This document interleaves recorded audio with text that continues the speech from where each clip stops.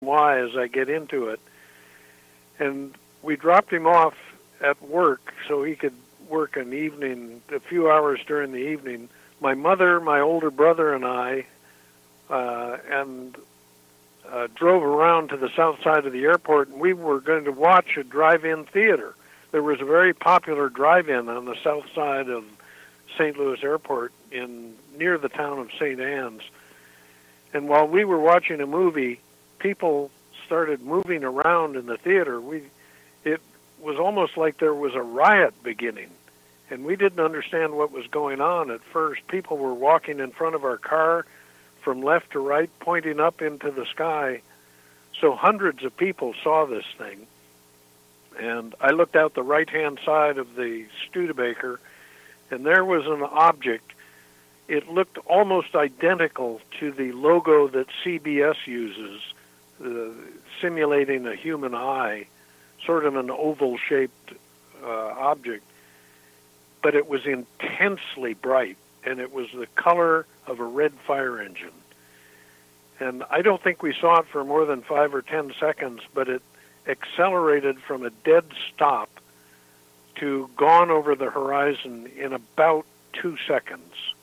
It was the most amazing thing I had seen up to that point. And as a boy, I prided myself as being able to identify almost any kind of aircraft. And this was no aircraft that I had ever seen in my life. It was a dramatic event. My father saw it as well from the control tower at St. Louis Airport. And after that night, whenever my family was together, the four of us, we would always raise that subject. What was it that we saw that night? It was really quite, and just a last comment, I suspect that incident that lasted no more than 5 to 10 seconds explains why I'm on Night Dreams Talk Radio, as director of the National UFO Reporting Center, because it seeded in me, it planted a curiosity that has only grown over the last 65 years. It was an amazing experience. And people can read my report in the data for July of 1954. Well, I tell you, when you have an experience of seeing a UFO, and you know you saw it, it does something. It opens up your mind like you wouldn't believe the rest of your life. You know, like I told you, Peter, I don't know if you remember my case back around 1974, coming back from North Carolina. Me and my wife drove from North Carolina back to Seattle nonstop. Oh, boy. Long trip. Yeah, well, we didn't have the money to stay anywhere, so we just drove. A lot of no-dos at the time. But when we got into the New Mexico desert, they had a speed limit in New Mexico at that time. I can't remember what it was, but you could go really fast. And I had a GTO. So I was, really, my foot was pretty lead heavy. And, all of a sudden, and it was probably, I would say maybe 11, 12 o'clock at night, it all of a sudden, all around the car, it just like daylight, if not brighter. And inside the car, it just lit up. And my wife at the time, I wish they would have took her on board. She started screaming. I pulled over. I figured, because I was in the military. I know what egg beaters or helicopters sound like. And I figured, okay, it must be, a state police or something. Okay, I'm going to be in big trouble for something, right? I get out of the car and no sound at all. I mean, you couldn't even hear the desert. It was just no sound, void of any sound. And I looked at the light and it was blinding light. But, to me, it seemed like maybe only a second or two, or I would say certainly not more than 5 seconds, and poof, it was just gone. Have you ever written that experience down, Gary? I told you I would, but no, I haven't. I'm so sorry. But I will. I will do that tomorrow. Okay. I would love to have that, and please credit yourself with it. Usually we don't identify the sources, but in your case, I think we'd like to do that, just with a little description of who you are and what your role in the UFO field has been over recent decades. Well, that's what really got me into it. Now, I will, and I don't want to take your time, so I'm going to make this really fast.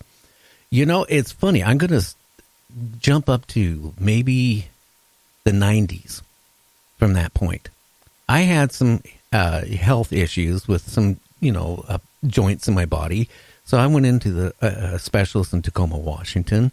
They did a scan of my body, x-rays, and all this stuff. And I went back to the doctor for my appointment, to talk over what could be done and what couldn't be done. I get into the doctor's office, and the head nurse at the office comes up to me, and she goes, "When did you have surgery in your middle of the back?" And I said, "No, the only surgery I ever had was when I was in the military. I fractured part of my tailbone." And she goes, "No, this is in the middle of your back. You got this piece of metal, embedded near your spine." And I started thinking, well, she doesn't, she's mixing me up with somebody else. I go in to see the doctor, and the very first thing out of his mouth is, he goes, "I don't see any signs on your back where there was any surgery. And did you, anything in the military, any, punctures you?" And I said, "No, nothing." And, I kind of like blew it off until I talked to Michael here about 2 months ago. And then things started coming, making me wonder what was going on in my life. Because I'm going to backtrack too. In the 90s, my one son got in trouble, and I had to go to Superior Court every month for a year. Because he had to go through a program with the judge. And every time I go into the Pierce County Courthouse, the alarm would go off. So, they would have me pull my belt off, empty my pockets. The alarm still went off. And, then one day, the one of the security people said, "I want you to put your hands out this way." Now, I'm a big guy. And I told you, Michael, what happened when I put my arms out this way with no belt on. And there was probably about 100 and some people right around that area when they saw me drop my pants to my knees. Thanks God I had clean underwear on. Thank God my mom instilled that with me. But I've had that problem. And now also I did fly a little bit on the different airlines in my life. And again, every time I would go into the airport and get ready, go through all the scanners, I would set the scanners off. Didn't think anything of this till about 2 months ago. And then I started thinking, okay, well, I have this piece of metal. I don't know where, near my spine. I don't know where that's coming from. Why am I setting these alarms off all the time?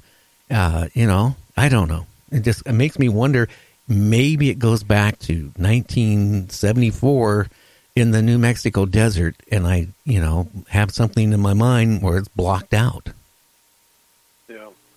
Your story is reminiscent to a degree of the incident at Exeter case up in Exeter, New Hampshire, September 3rd, 1965. That was the first incident for which I wrote a newspaper article at the age of 17 as a cub reporter for the Derry News. But one of the hitchhikers who was involved in that, or a hitchhiker, his name was Norman Muscarello, was walking home from his girlfriend's house back to his family home, and he was chased by a saucer, and he was so desperate to get away from it, he jumped off the road into a thicket, into a ditch, and the saucer came right up to him and tipped 90 degrees, so its nose was pointing straight down at him, and it turned on its high beams and illuminated him like you would be illuminated in Needles, California at high noon on the 4th of July. I mean, wow. It was bright, he said. And these, I don't know how many similar reports I have in our database. I can send you links to them if you'd like to read them, Gary. Oh, I would. I've heard that description many times. In fact, brings to mind a report from California in the year 1937. I had this gentleman on Coast to Coast, I believe. He was walking home from a movie theater as a young boy, and he was chased by a saucer, and he hunkered down underneath an orange tree. and suddenly the ground around the orange tree just lit up like it was daylight. So that's a common experience. Yeah. Oh, yeah. And the fact, Gary, that you think it only lasted a few seconds, but no sound, and then it just left, just went out. Yeah, that's a little suspicious as well. That's typical of missing time right there. Yep. No, Timothy Cullen too. You know, like where he saw that UFO, him and the wife in the car by the side of the mountain. And then, then it turned out when he saw it, he must have been abducted to have that implant in him. So, I mean, like I said, I didn't give it much thought. But, I'm going to say this and then I'm going to back out here. I really appreciate so much what Peter does because we need that. And we do. Without him and without Art Bell, I wouldn't be talking about UFOs. And you know what? On my show, I really tried finding ground base on my show for the first probably 11 months, as you know, Michael. But it seems, what is so intriguing with the listeners is when I bring somebody on who's had an experience about UFOs or aliens or abductions, the people eat it up. They want to know more about it. And I think that is so why I'm popular out of the UK, Australia, and with the truckers. They really like it. And I will say this one story real quick for both of you. I had a guest on maybe 4 months ago that he is a trucker. He used to do long hauling at night. Since this incident happened, he now doesn't do long hauling. And I'm trying to get him back on the show, but he was kind of, I guess some of his other truckers knew who he was when he was on the show, and they gave him a little bit of a bad time. But he was going in or going out of the desert somewhere in Texas. And he just happened to look out his driver window in the Kenworth. And here he saw a cow, head facing up, tail facing down, with a bright light going up, and it was maybe about 100 feet up, and going up in the sky. And it was a huge bright light. And he said that freaked him out where he didn't want to do any more long hauls. That would scare the daylights out of anybody. Well, Peter, I think this would be the perfect opportunity for you to explain to Gary at least that alien sighting that the gentleman in Oregon mentioned about the two guys walking down the road or something. That would be fascinating for Gary to hear. Yeah, I've forgotten the date, but it was this past summer. A gentleman was driving to work. He was in Newberg, Oregon, on the west side of I-5, going to an entrance on I-5, and he looked out ahead of his car. He's on a secondary highway, rural highway, with no sidewalks, no streetlights, no nothing, just a road.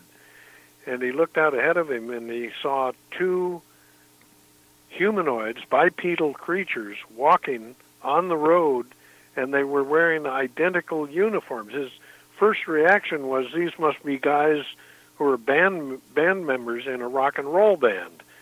And as he went by, he wanted to look at their faces, so he turned his head to the right to look at them, and as he turned his head to the right to see their faces, they turned their faces away from him, so he could not see them. Oh, that report is on our website. And you were mentioning a unique thing about these tall, thin creatures. I think he said that they were wearing knee-high black boots. Also. Yep.